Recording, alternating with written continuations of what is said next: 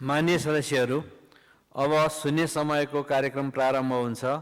शून्य समयमा बोल्न चाहनुहुने मान्य सदस्यहरूको लागि 1 मिनेटको समय निर्धारण गरिएको छ। सर्वप्रथम मान्य सदस्य ठाकुर प्रसाद गैरे।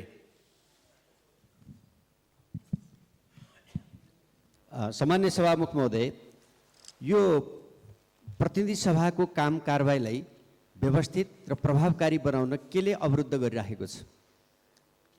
हिजो हामीले संसद दिवस मनायौँ। यो प्रतिनिधि सभा गठन भएदेखि विधेयक अधिवेशन, बजेट अधिवेशन र अन्य सबै समयमा यो संसदको प्रभावकारिताका बारेमा चिन्ता व्यक्त हुने गरेको छ। यसको योभन्दा पहिला नेतृत्व गरेका नेतृत्वकर्ताबाट पनि यसप्रति चिन्ता जाहेर भएको हामीले सुनिरहेका छौँ। तर यो संसदलाई प्रभावकारी बनाउन हामीहरूमध्ये हामी को दोषी हौँ? यो पछाडिको रोमा बस्ने हामी संसद दोषी हौँ कि हाम्रो अहिले बनाएको प्रणाली दोषी हो कि हाम्रा व्यवहार दोषी हुन् कि? हामीलाई यो संसद प्रभावकारी भएन भनेर चिन्ता व्यक्त गरेर सार्वजनिक रूपमा कुरा गरेर छुट प्राप्त हुन्छ? यो संसदको भूमिकालाई, कामलाई प्रभावकारी बनाउनको लागि गर्नुपर्ने कुरा के हो? कार्यव्यवस्था परामर्श समिति छ, अरू हाम्रा निकायहरू छन्, अझै त्यसमा समिति बनाएर त्यसको लागि। मान्य सदस्य तारा लामा तामा। सम्मानीय सभामुख महोदय, म आज खास विषयमा भन्दा पनि यो सरकारको अकर्मण्यताको कारणले निर्माण व्यवसायीहरू अहिले कोही डिप्रेसनमा गएका छन्, कसैले आत्महत्या गर्नु परेको छ र झन् अहिले असारको मसान्त करोडौँ रुपियाँ काम सम्पन्न गरेर करोडौँ रुपियाँ सरकारले भुक्तानी नदिने, उता ब्याङ्कहरूले टर्चर गर्ने, विभिन्न सङ्घ संस्थाहरूले टर्चर गरेर निर्माण व्यवसायीहरूले आत्महत्या जस्तो कदम छान्नु परेको छ। हालै डडेलधुरा जिल्लामा एकजना निर्माण व्यवसायीले आत्महत्या गर्नु परेको छ। उहाँको सरकारबाट लिनुपर्ने पैसा थुप्रै देखिन्छ, तर बजारमा थोरै तिर्नुपर्नेले साह्रै टर्चर दिएपछि र ब्याङ्कले साह्रै ताकेता गरेपछि आत्महत्या गर्नु परेको छ। त्यस कारणले सरकारले छिटोभन्दा छिटो निर्माण व्यवसायीहरूको पैसा भुक्तानी दिनु पर्यो र काम नगर्ने निर्माण व्यवसायलाई कारबाही गर्नु पर्यो। धन्यवाद। मान्य सदस्य तेजुलाल चौधरी। सामान्य सभामुख महोदय, म सरकारलाई विशेष ध्यान आकर्षण गराउन चाहन्छु। धेरैचोटि संसदमा एउटै विषय लिएर बोलिसकेको छु। बारम्बार बोल्दा कतिचोटि बोल्दाखेरि सरकारले त्यो कुरामा कार्यान्वयन गर्न सक्छ कि सक्दैन, या त हाम्रो सङ्घीय नियमावलीमा भएका कुराहरू विशेष समय, आपतकालीन समय किन राखेको हो सरकारमा आग्रह गर्न चाहन्छु। मैले पुनः पनि बलान नदीको विषयमा बारम्बार आवाज उठाइयो, अहिलेसम्म त्यो नदीको नियन्त्रण हुन सकेको छैन। हिजो मात्रै जिल्लाबाट आएको छु, त्यो बलान बिहुल गाउँपालिकाको वार्ड नम्बर 4 बेली गाउँ अहिले पनि अवस्था खराब छ। त्यसलाई समयमै ध्यान दिन सकेन भने यो वर्षामा त्यो गाउँमा नदी बगेर जान सक्छ। त्यसै कारणले सरकारको म पुनः पनि आग्रह गर्न चाहन्छु। धन्यवाद। मान्य सदस्य दामोदर पौडेल बैरागी। सम्मान्य सभामुख महोदय, अहिले बाढी, पहिरो र चट्याङले धेरै ठाउँमा नोक्सान पुर्याइरहेको छ। म यसप्रति सरकारको ध्यान आकर्षण गराउन चाहन्छु। 14 गते बेलुका पोखरा क्षेत्रीय अन्तर्राष्ट्रिय विमानस्थलको रनवे नजिकै चट्याङ पर्यो। त्यस्तै गरेर 13-14 को भीषण वर्षाका कारणले पोखरा 19 पुरुञ्चौरको ठुलो फाँट सिँचाइ गर्ने सार्दी खोला पुरुञ्चौर नहर योजनाको मुख्य नहरको पाताल भन्ने जङ्गलमा पहिरो गयो र त्यसको चाहिँ करिब 80 मिटर जति पुरिएको छ र 30 मिटर जति बेड लेभल नै गएको छ। यसतर्फ पनि म सरकारको ध्यान आकर्षण गराउन चाहन्छु। त्यसै गरी मैले अस्ति प्रधानमन्त्रीसँग पनि प्रश्न सोधेको थिएँ।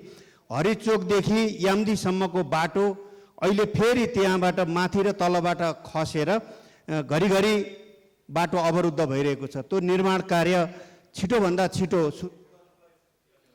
माननीय सदस्य दीपक बहादुर सिंह।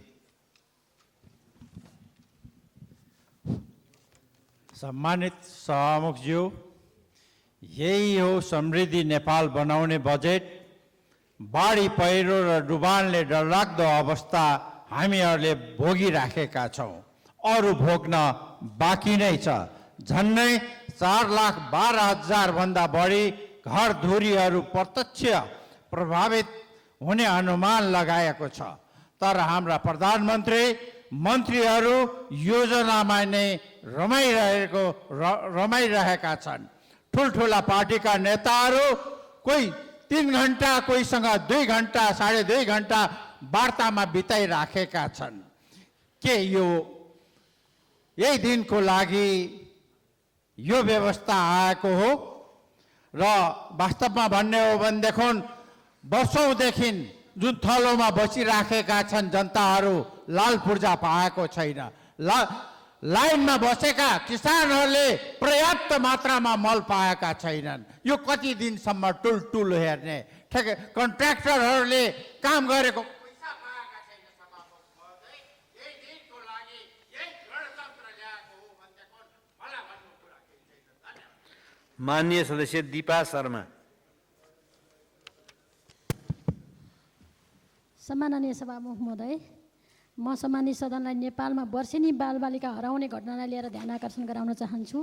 मानव बेचबिखन हुने सूचीको उच्च जोखिममा रहेको नेपालमा विशेष गरी महिला र बालबालिका बेचिने हराउने गरेको घटना बारम्बार हुने गरेका छन्। नेपाल सरकारले मानव बेचबिखन विरुद्ध ऐन 2064 पनि जारी गरेको छ, तर पनि यो क्रम रोकिएको छैन। यही असार 15 गते बाँकेको राप्ती सोनारी स्थायी घर भई नेपालगञ्ज उपमहानगरपालिका 13 मा घर भाडामा बस्दै आएका वर्ष 14 की आकृति चौधरी र वर्ष 14 कै सोना खड्का हराएका छन्। यो एउटा प्रतिनिधिमूलक घटना मात्रै हो। यस्ता थुप्रै घटनाले अभिभावकमा त्रास, डर, भयले सताएको छ। बालबालिकालाई स्कुलमा सुरक्षित ढुक्क भएर पठाउने वातावरण छैन। सुरक्षित हुने महसुस गर्ने वातावरण छैन। खुल्ला सिमाना यसको प्रमुख कारणमध्ये एक हो। खुल्ला सिमानाका कारण हुने अवांछित गतिविधि, लागु औषधको ओसार पसार तथा गतिविधि नियन्त्रण गर्न सभामुख मार्फत सरकारको ध्यान आकर्षण गराउन चाहन्छु। धन्यवाद। माननीय सदस्य दिलेन्द्र प्रसाद बडु। सम्माननीय सभामुख महोदय, रुस युक्रेन युद्धमा नेपाली नागरिकहरू भर्ना हुने क्रम अझै रोकिन सकिएन। सरकारले यो अवैध हो र यसलाई रोकिन्छ भन्ने जानकारी गरायो, तर यो आँखा चिम्लिने नीति लिएको हो कि गम्भीर वार्ता कतै भइरहेको हो? यसमा किन प्रगति हुन सकेन? यसको जानकारी संसदलाई चाहियो। र यो युद्धमा घाइते भएकाहरू र मारिएकाहरू, यिनीहरूले पनि राहत पाउने कुरा पनि आइरहेको थियो। सरकारले पनि भनिरहेको थियो प्रयास भइरहेको छ भनेर, तर अहिलेसम्म कसैले पाएको छैन र परिवारजन चिन्तामा छन्। यसमा के प्रगति भएको छ यसको पनि जानकारी चाहियो। र त्यसै गरी सभामुख महोदय, इजरायल हमास युद्धमा पनि हाम्रो हमास पक्षबाट नेपाली नागरिक, कञ्चनपुरका नागरिक विपिन जोशीको पछिल्लो अवस्था जानकारी अझै हुन सकिरहेको छैन। अब यसमा के प्रगति भइरहेको हो, सरकार के गर्दैछ र यसको पछिल्लो अवस्था सरकारले जानकारी गराउनु पर्यो सार्वजनिक रूपमा र संसदमा पनि जानकारी दिनु पर्यो। म यो माग राख्छु। हस्, धन्यवाद। माननीय सदस्य दुर्गा राई।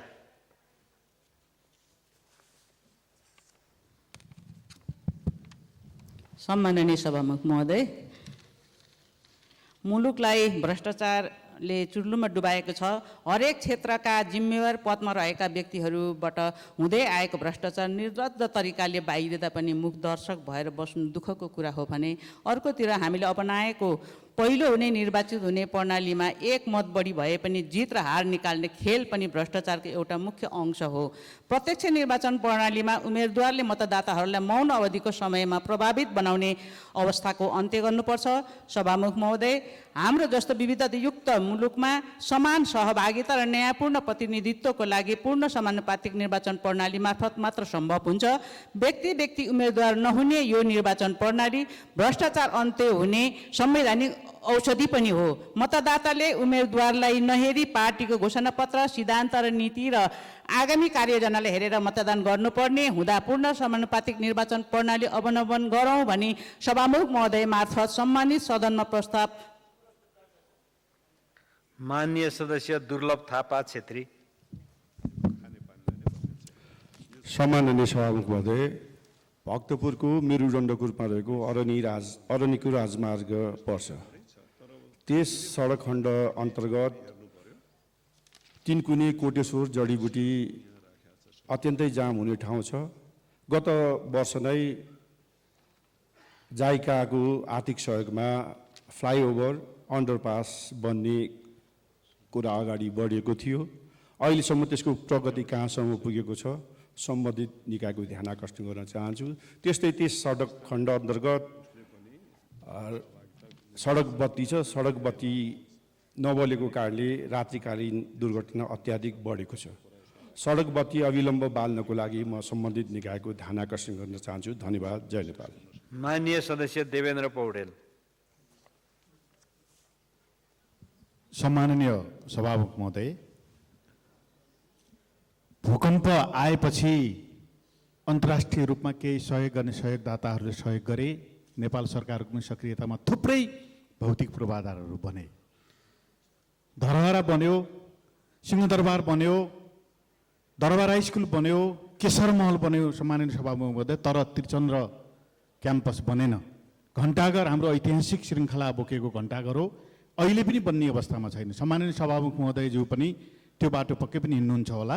भारतीय एक्जिम ब्याङ्कसँग 16 अरबको सम्झौता भएको सुनिएको थियो सम्माननीय सभामुख महोदय, र त्रिचन्द्र क्याम्पस लगायत देशका 38 क्याम्पसहरू निर्माण गर्ने त्यो सम्झौता कहाँ हरायो, किन त्यो कार्यान्वयन भएन सुनिन्छ। निर्माण सामग्रीको केही प्रसङ्गले त्यो अल्झिएको भने त्यति बेला सुनिएको थियो। सरकारले तत्काल छिमेकी मित्र राष्ट्रसँग कुरा गरेर ती 38 वटा क्याम्पसहरू बनाउनको निम्ति तत्काल पहल गर्न सम्माननीय सभामुख महोदय मार्फत हार्दिक अनुरोध गर्न चाहन्छु। माननीय सदस्य धवल शमशेर जङ्गबहादुर राणा।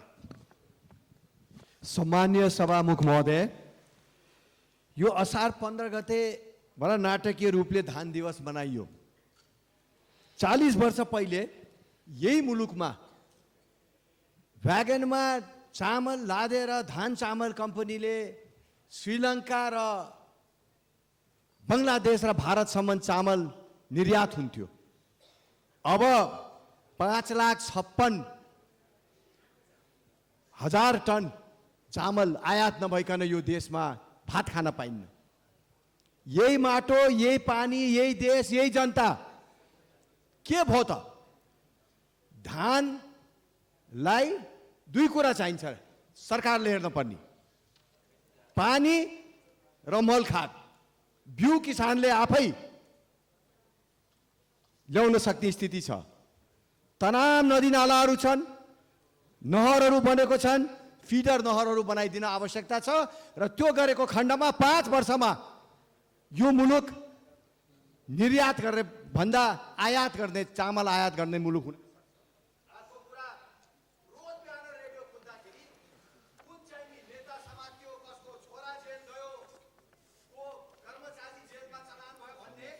माननीय सदस्य समय सकियो।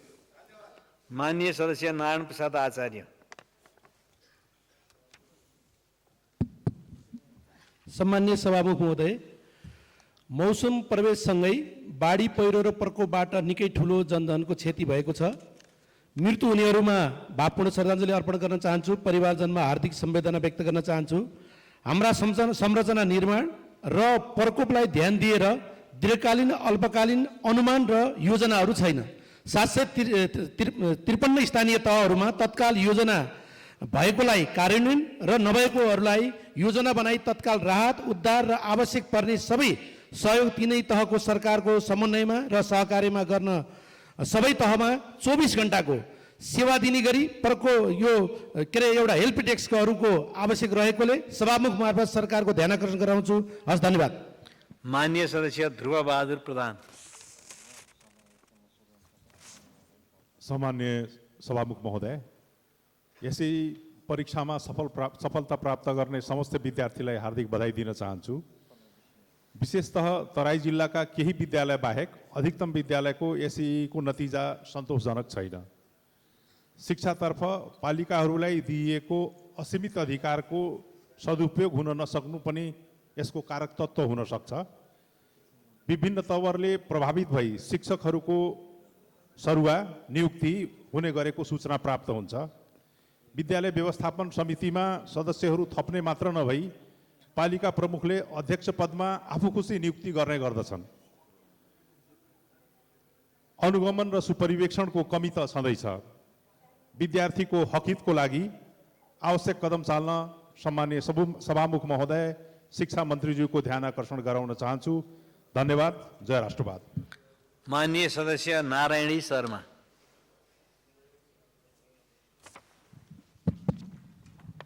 सम्माननीय सभामुख महोदय, हामी यति बेला 21औं धान दिवस मनाइरहेका छौँ। यो दिवस मनाउँदै गर्दा हामीले स्मरण गर्नै पर्ने कुरा, आजभन्दा 40-50 वर्ष अगाडि नेपालबाट खाद्यान्न विश्वका विभिन्न देशमा निर्यात गरिन्थ्यो र हामीले आफ्नो अर्थतन्त्रको मूल आधार कृषि बनाएका थियौँ।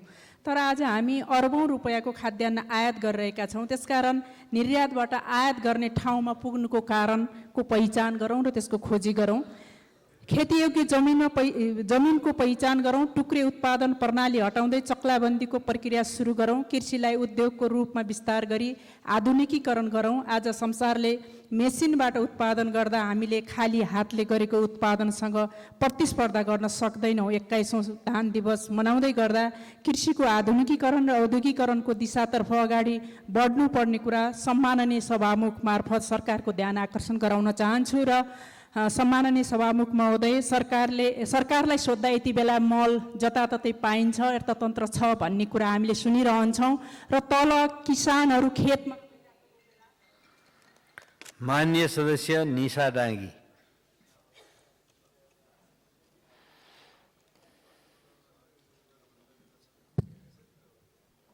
सम्माननीय सभामुख महोदय, गत बिहीबार एसईई परीक्षाको नतिजा प्रकाशित गरियो। यस वर्ष 52% विद्यार्थीलाई अनुतीर्ण बनाइएको छ।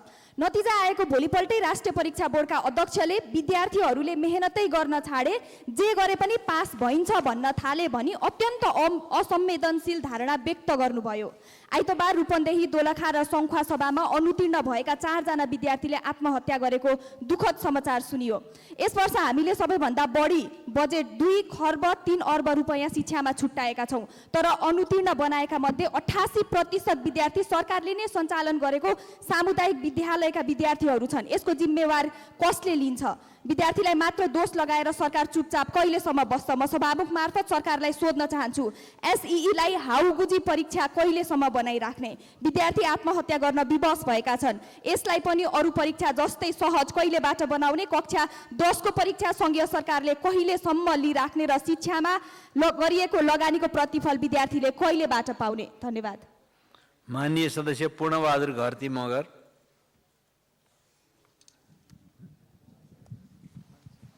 सम्माननीय सभामुख महोदय, आर्थिक वर्ष 2074-75 में रु 33,36,89,625 लागत अनुमानको रुकुमकोट सभा हलको टेन्डर भयो र 23,75,25,543 रुपियाँमा कोही अकेला जेभी कम्पनीसँग सम्झौता भयो।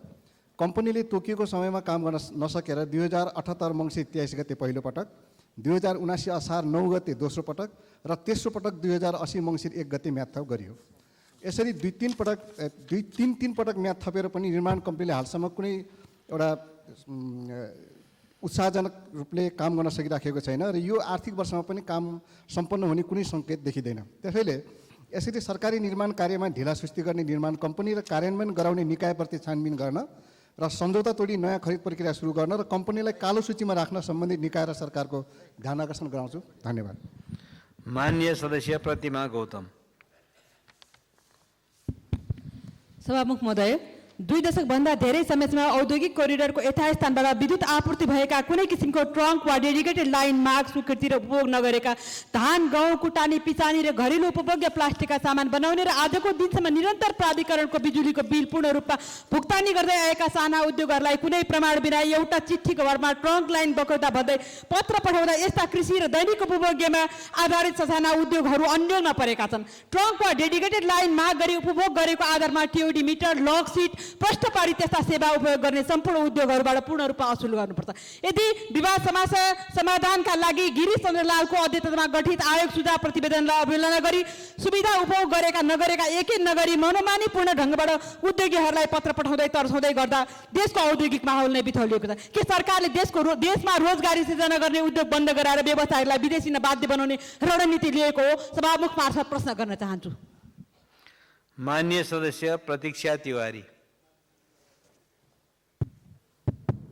सम्माननीय सभामुख महोदय, अहिले आँप फलको सिजन छ। धनुषा, सिरा, सप्तरी, महोत्तरी, सर्लाही जिल्ला लगायत मध्य प्रदेशमा आँप उत्पादन राम्रो र स्वादिष्ट छ। उत्पादन राम्रो हुने भएकाले सरकारसँग मध्य प्रदेशलाई आँप जोन घोषणा गर्न माग गर्दछु।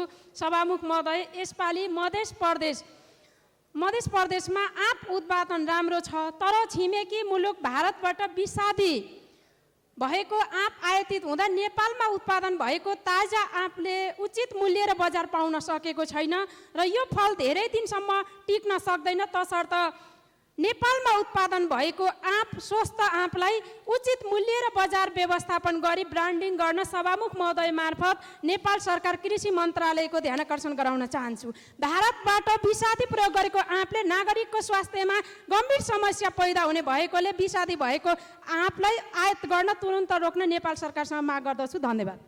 माननीय सदस्य प्रदीप पौडेल। सभामुख महोदय, स्मार्ट लाइसेन्स दिने भनेर काम सुरु गरेको 1 दशक बढी भइसक्यो। अब छिटो छरितो हुन्छ भन्ने थियो, तर उल्टो भयो। ट्रायल पास गरेको वर्ष दिनसम्म लाइसेन्स आउँदैन, आएकाको पनि फोटो क्लियर नभएको र ट्राफिक चेकिङमा अप्ठ्यारो परेको गुनासो सुनिन्छ। स्मार्ट लाइसेन्सको ठाउँमा राजस्व भाउचरले चलाउनु पर्ने बाध्यता छ। लाइसेन्स भाउचरमा फोटो हुँदैन, भेरिफाई कसरी गर्ने, दुरुपयोग हुने जोखिम हुन्छ, पुरानो भइसकेपछि अक्षर पनि अस्पष्ट हुन्छ, अनुगमन गर्न झनै समस्या हुन्छ। यातायात व्यवस्था विभागसँग लाइसेन्स छाप्न एउटा मात्रै प्रिन्टर छ। अधिकतम क्षमतामा छाप्दा मासिक 1.25 लाखदेखि 1.5 लाख लाइसेन्स छाप्न सकिन्छ। अहिले नै छपाईका लागि करिब 20 लाख भन्दा बढी आवेदन परेको छ। आवेदन परेका लाइसेन्स छाप्न नै 1.5 वर्ष बढी लाग्छ। नयाँ लाइसेन्स खोज्नेले कहिले प्राप्त गर्छन्? स्मार्ट लाइसेन्सको आवेदन दिने वेबसाइट नै बारम्बार ह्याक र क्र्यास हुने गरेको छ। तत्काल समाधान गर्न प्रिन्टर र जनशक्ति थपेर छिटो छपाई गर्न प्रदेशबाट समेत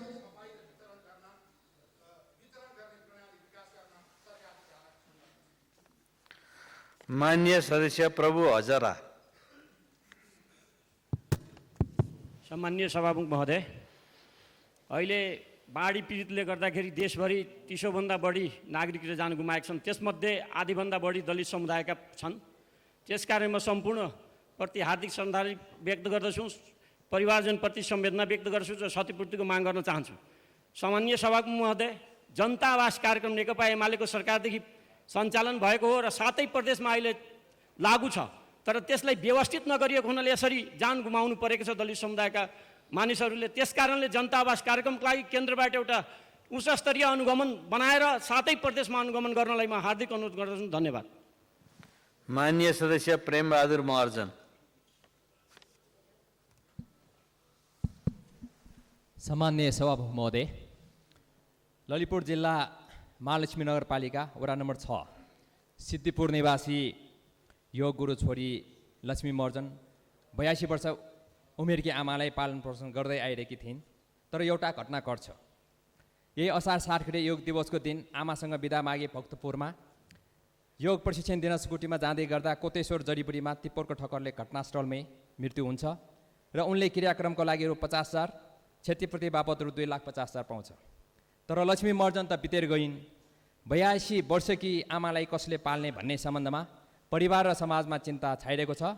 निजलाई सरकारको तर्फबाट क्षतिपूर्तिको व्यवस्था दिन र आमाको पालन पोषणको व्यवस्थाको लागि माननीय गृहमन्त्रीज्यूको ध्यान जानु जरुरी छ।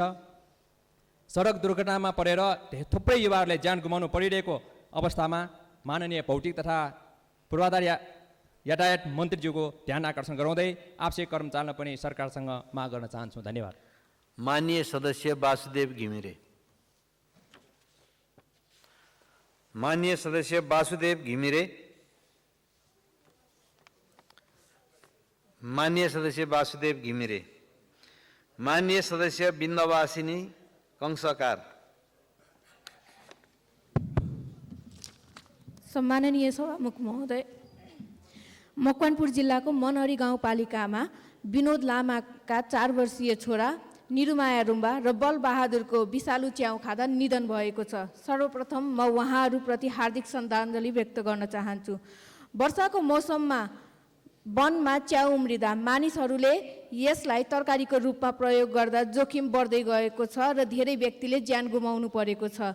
यो वर्ष मात्र 16 जना बिरामी भएका छन् र 8 जना अझै अस्पतालमा उपचाररत छन्। सभामुखज्यू, स्थानीय तह प्रशासन, स्वास्थ्य विभाग र प्रहरी प्रशासनलाई विषालु च्याउको पहिचान गरी र सचेतना सम्बन्धी कार्यक्रम सञ्चालन गर्न अनुरोध गर्दैछु।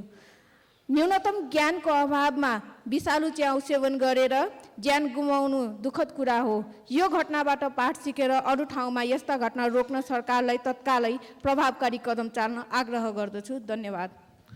माननीय सदस्य बिमला सुवेदी।